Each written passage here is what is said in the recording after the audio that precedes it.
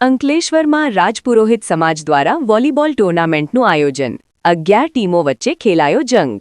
અંકલેશ્વરના garden city ground ખાતે રાજપુરોહિત યુવા સેવા સંઘ RYSS ગ્રુપ દ્વારા ભવ્ય વોલીબોલ સ્પર્ધાનું આયોજન કરવામાં આવ્યું હતું. આ ટૂર્નામેન્ટમાં સમાજની કુલ 11 ટીમોએ ઉત્સાહપૂર્વક ભાગ લઈ પોતાની રમતનું કૌશલ્ય દાખવ્યું હતું. રમતગમત દ્વારા યુવા શક્તિને સંગઠિત કરવાના ઉદ્દેશ્ય સાથે યોજાયેલા આ કાર્યક્રમમાં મોટી સંખ્યામાં ખેલપ્રેમીઓ ઉમટી પડ્યા હતા. આ કાર્યક્રમની અધ્યક્ષતા સુલતાનસિંહજીએ કરી હતી.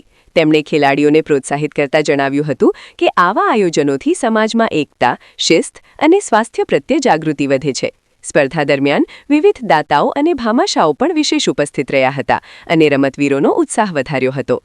ખેલાડીઓના ઉત્કૃષ્ટ પ્રદર્શનને કારણે મેદાન પર રોમાંચક દૃશ્યો સર્જાયા હતા અને પ્રેક્ષકોમાં ભારે ઉત્સાહ જોવા મળ્યો હતો.